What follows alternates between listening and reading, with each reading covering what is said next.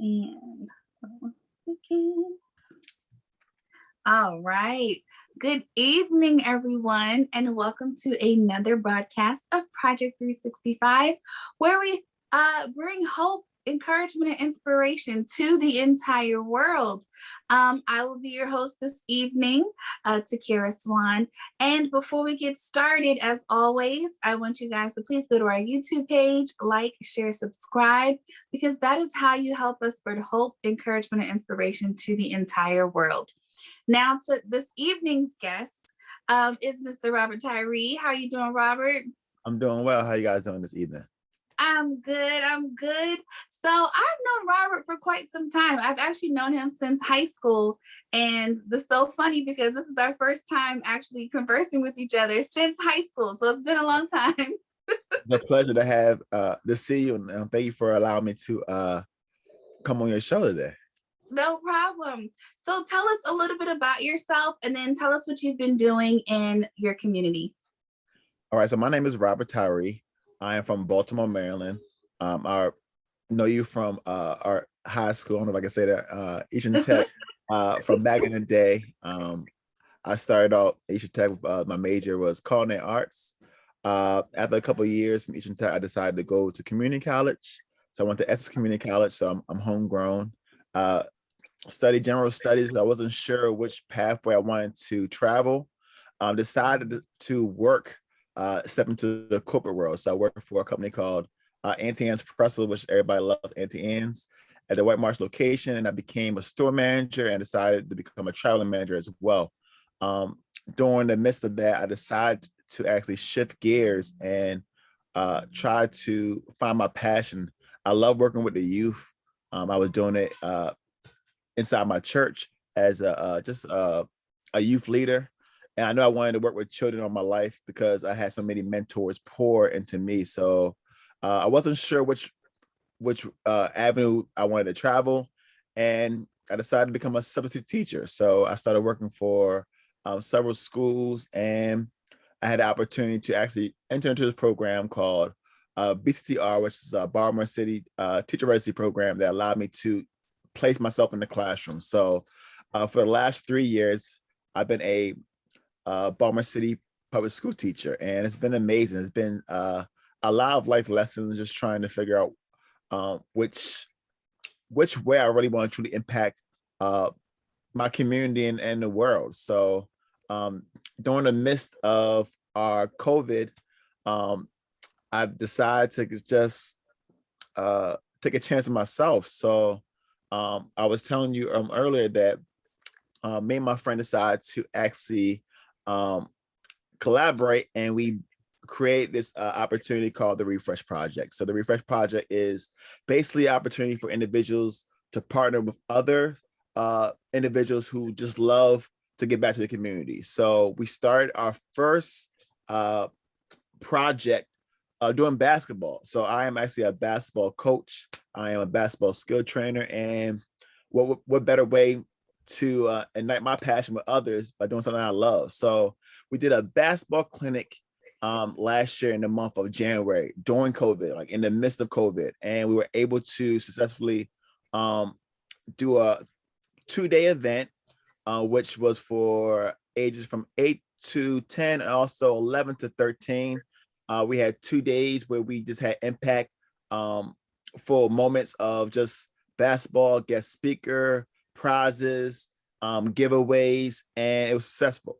And we decided to actually do it again during the month of March, actually. So a couple months from there, we actually did one, and we actually combined it with a couple of my dear friends that I met through my teacher program, and some of my friends I met through a public speaking platform called Toastmasters, which I'm the president of that group as well. So we'll get into that later on.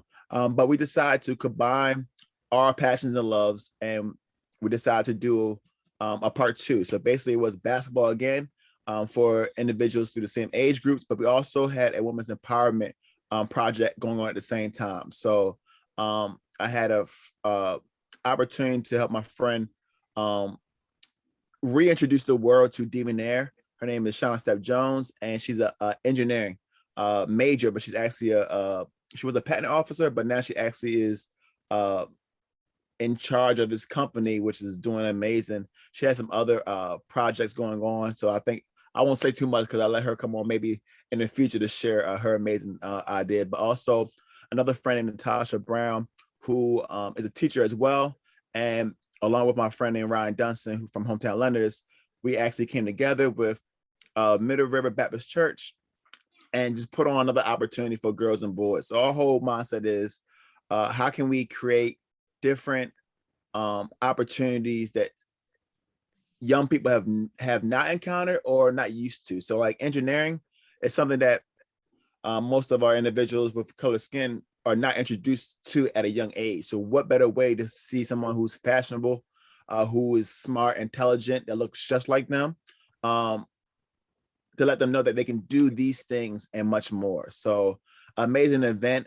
And that's just one part of the things that I'm doing currently with the Refresh Project. So I'm also involved with another organization called Unboxing Change, which is kind of similar. It's just a community-based program where like-minded individuals come together just to provide opportunities for young people. So the focus is to show individuals who are young different ways to form businesses. So the main focus is to show them how to be event planners. So we put on different events throughout the community, throughout the whole course year, and it's ran solely by students.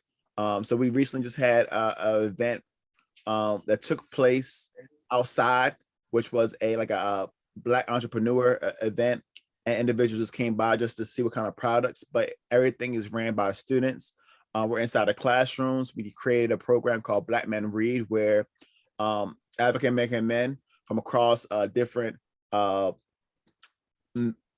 fields, if they're in the school, if they're in the corporate world, just coming to read to our youth. I'm a third grade ELA teacher, so that's something I'm passionate about. And if you don't know, I'm about to get deep. Like reading is so important at the third grade level. So if you don't know, it actually determines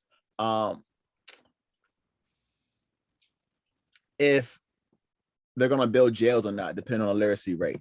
So if we can get sad. If we can get our young people to read, and normally at the third grade, they don't really teach fine skills. So if they're not able to read, if anybody's not able to read at the third grade, normally they're gonna end up in a different path. So that's my whole mindset is I don't believe in that. I know the statistics may say one thing, but I feel like at any time we can kind of intervene and make a change in these young people's lives. So that's why I'm so like passionate about young people, because we all had that one person that we know and still love to today that helped change our lives. So if I can be that one person to help change someone's life, I'm there by all means. So, but Unboxing Change has been amazing. We're doing multiple things inside the classroom. Still, we're gearing up just for our new quarter. But this year, we're looking to kind of broaden the things that we do, because we have been doing everything kind of like just us as a core group. But we're working on different opportunities to allow people from the outside to kind of help assist with this project, because we know that if we had more hands, also the right hands that's involved, right, we can make a bigger impact. So just showing kids how they can just pursue their dreams in any form of fashion. So well, okay, so first of all, you've said quite a few things that you're involved in. I don't know how you have time to even have this part of the broadcast done, but I really love what you're doing.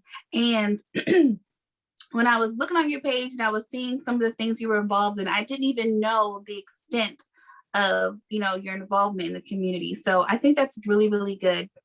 So you talked about Unboxing Change.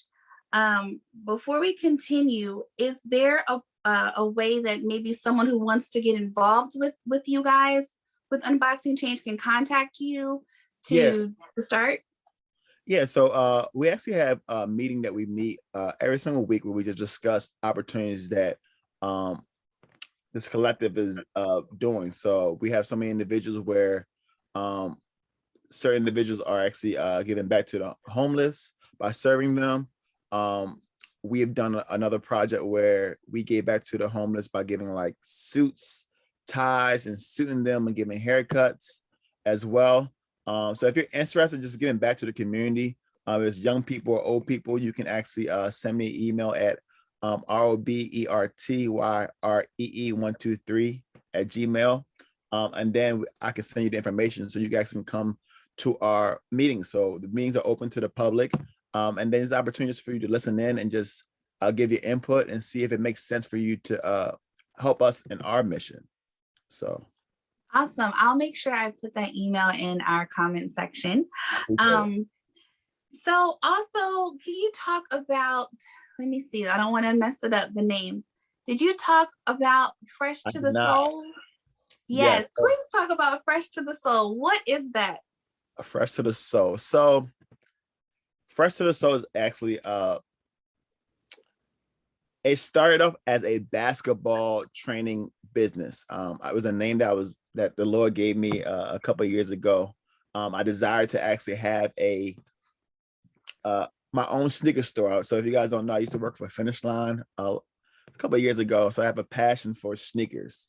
So I wanted to have something that's a little bit crafty, like fresh soles. But as it evolved during COVID, I never thought or imagined it being a basketball business. So I was able to take that name and actually create a brand. So I started with one student.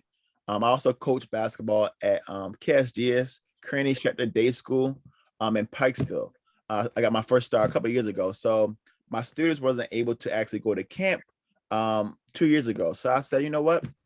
Let's bring camp to the backyard. And that's what we did. So I started with one student and it flourished into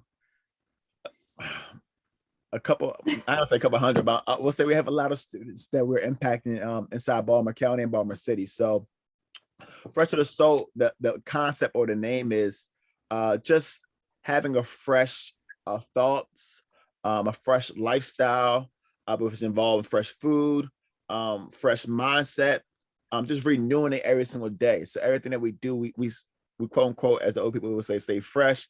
But it's not just basketball, but to me, it's honestly a movement. It's more of a way of life. So the basketball program now consists of me and a couple other my friends who just have the same passion. But I see it as a basketball community way to just inspire, just like you guys been doing on your talk show, to uplift, just to honestly show love by mentorship and just leading individuals the right way. So I'm passionate about basketball, and I know basketball is just a vehicle to get me, or us to get us where we want to go. So it's provided me job security. It's provided opportunities. Right now, currently, I just got finished a couple hours ago doing our second basketball clinic with Born to Be More, my friend Brian Smith. So he's another entrepreneur who's in the community. And our goal right now, as we form our clients, is just make an impact to show that you can be amazing, you can be great in Baltimore. So we're providing basketball training, basketball clinics and opportunities for individuals in our community. So a lot of times it's difficult to find somebody that will assist you and help you, right, for a reasonable price. And sometimes we do it just out of a kindness of our heart. So to be able to do that and give back is our passion. So a plug, we're actually having our second clinic tomorrow from 10 to 12 at the Boys and Girls Club. So if you see this and you have any question and you want to join, please send me a message. It's safe. We're wearing our masks, making sure that we're COVID under the COVID protocol, and still making sure that kids have fun. So this is my second year in business, and I had opportunity to actually train teens, college players, some semi-pro players. So it's amazing some of the things that have been taken away during COVID, but also for me, it's been amazing some of the things that have birthed during COVID. So these two things honestly would have never happened if I didn't have the opportunity to stop and just pause and be still.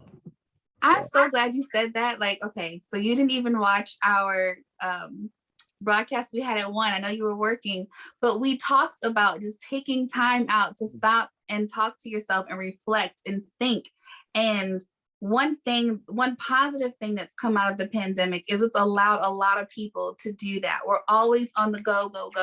And when everything shut down initially, it's like you had no choice but to stop. Even if you were an essential worker, it's like, okay, at least one part of your day, you're sitting like, oh man, I can't go anywhere.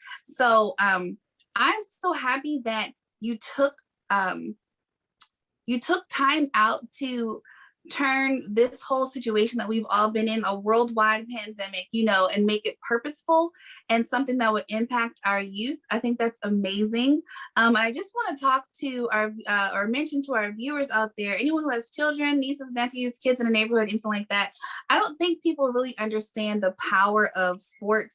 Sometimes like, oh, it's just, oh, it's just something for the kids to do to get up my hair. They need just, maybe like the typical thing. Okay, my son or my daughter's this age, let's put him into sports. But you really learn so many life skills when you are involved in sports and recreation. You learn, team playing, you learn things that you're going to have to use in the business world. You renew your mind, as you said, like you have a different mindset, and it's just healthy. It's healthy on the inside, not just physically, but it's good for your mind and your spirit to be involved in something like that. So I just want to put that out there for anyone who's a parent or guardian who may not have any kids in sports. It's so many different types of sports. So I don't want you to put a child or a youth, in a sport they don't want to be in. That's not what we're trying to do.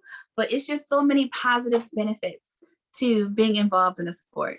Yeah, if I could piggyback on that, I've learned that at an old age from my boss that they tend to look for individuals that play sports, right? Because there's certain characteristics and skill sets that you learn in a group setting, right? Or when you're underneath that pressure. So for me, the opportunity to teach mindfulness or SEL activities, right? How to handle certain things when pressure is upon you, right? Or how to teach, which I believe you can teach, leadership qualities and skill sets, right? Or critical thinking, when you're on a basketball court and you're being pressured, or we're doing a drill that now causes you to respond or react. There's certain things that you just can't get from anything else. So sports, I think, is a big thing. And also just trying to find what your child loves. It's to push, I believe, to push them to the passion, push them to their passion. So it's not about just really sports. It's about, can we teach individuals to have a certain routine and be okay with it and do it daily, right, without getting bored? Or can we show them to take this passion for this activity and put it towards your schoolwork? A lot of my students, they go hard on the court, but also they have the same mindset and philosophy inside the classroom. And you can see that they succeeded in both areas because just the right mentorship, or honestly just the right voice in their ears. So just understanding, like, what do I do when I need help? Just to voice their opinion and be confident. I think confidence is something that can be taught as well. Like, how do you be confident in what you're saying? How do you be confident in yourself? And I'm all about believing yourself, like trusting yourself, trusting your instinct, because a lot of times you're all right, and just being wise to go get wise counsel. Like, I might not have the answer, but I know Coach Ty might have it, or it's okay to ask your teacher for help for the test, So just, we try to teach them the things that we missed during our childhood to make sure that they have a better opportunity. I love that. I love that. Now, one thing that you did mention, well, not one thing, you've mentioned a lot of things that have developed or birthed out of you through the pandemic. So can you give some encouragement to those who maybe they have an idea, they have a passion, but they're like, they're just a little discouraged. They're like, you know what, well, things just aren't really going my way, or maybe something they pitched, the person said no, or they feel like they need a lot of money to get started. What can you say to that individual? I got a couple of things. When somebody says no, still continue to ask. I think that I always wanted to be a coach. And I remember me asking one of my coaches back in the day, like, can you show me how to study tape? Can you show me how to be a coach? And they said, no, you shouldn't do that. It's not a good job.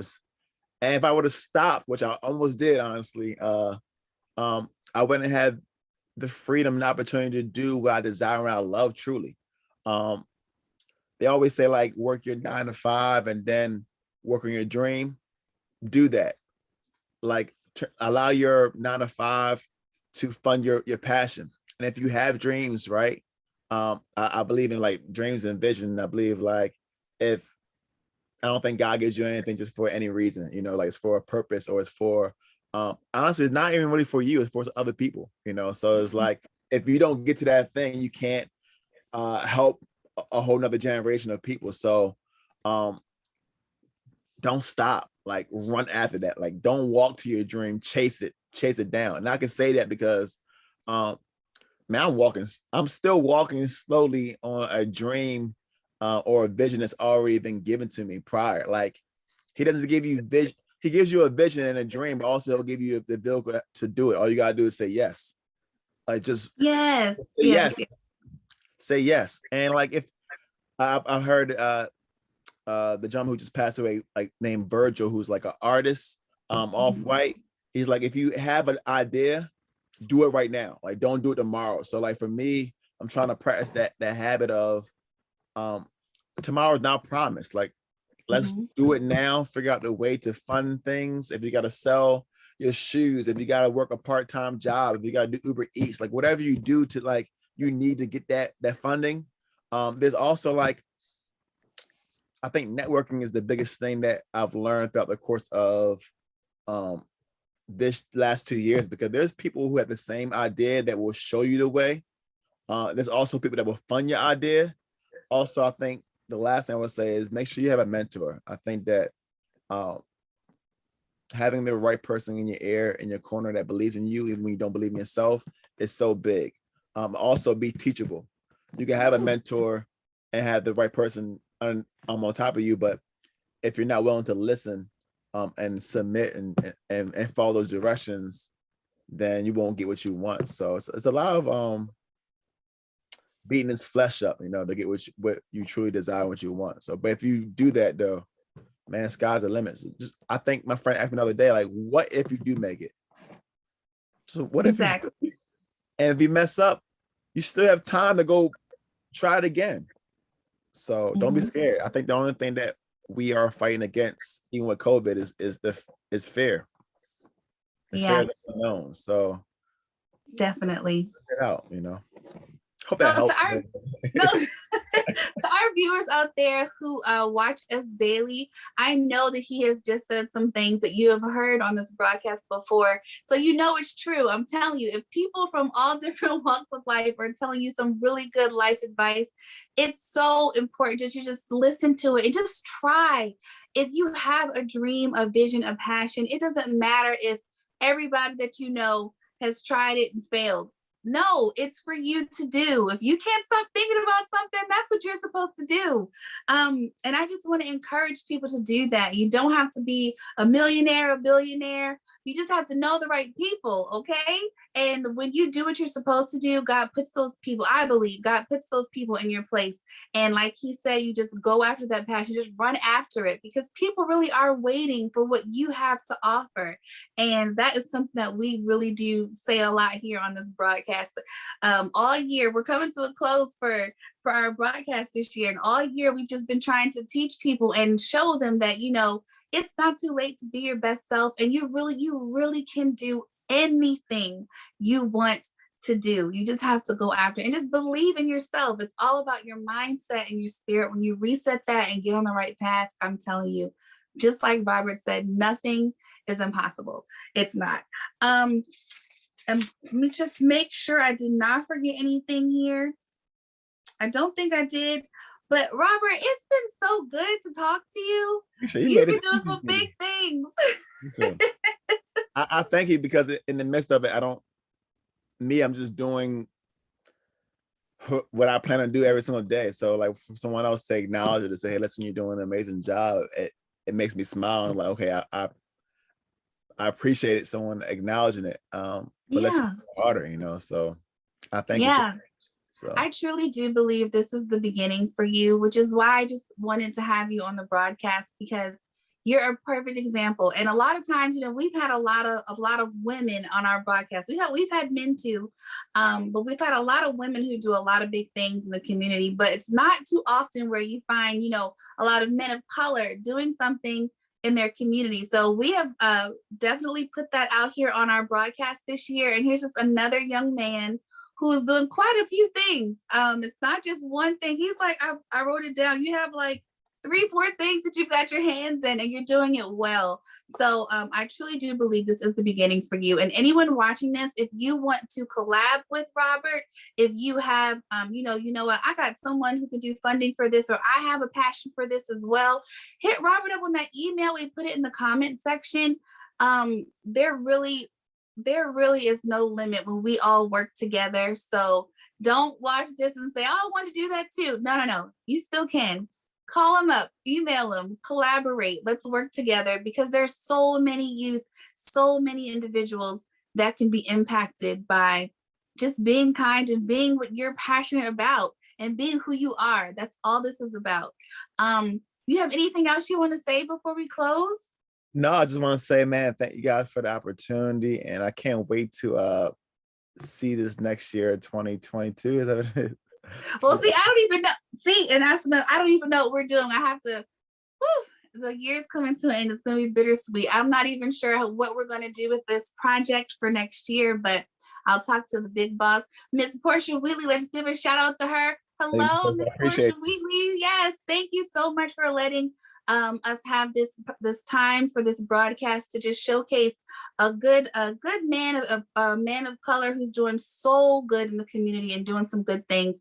And just to let you know, she is the president and founder of Trophy of Life, which is a nonprofit organization, and Project 365 is operated under that. So I'm going to start closing. Thank you all for watching this broadcast today. We've had a lovely guest. And as always, we will be here tomorrow, 1 p.m. Eastern Standard Time, our regular broadcast time, to bring you hope, encouragement, and inspiration.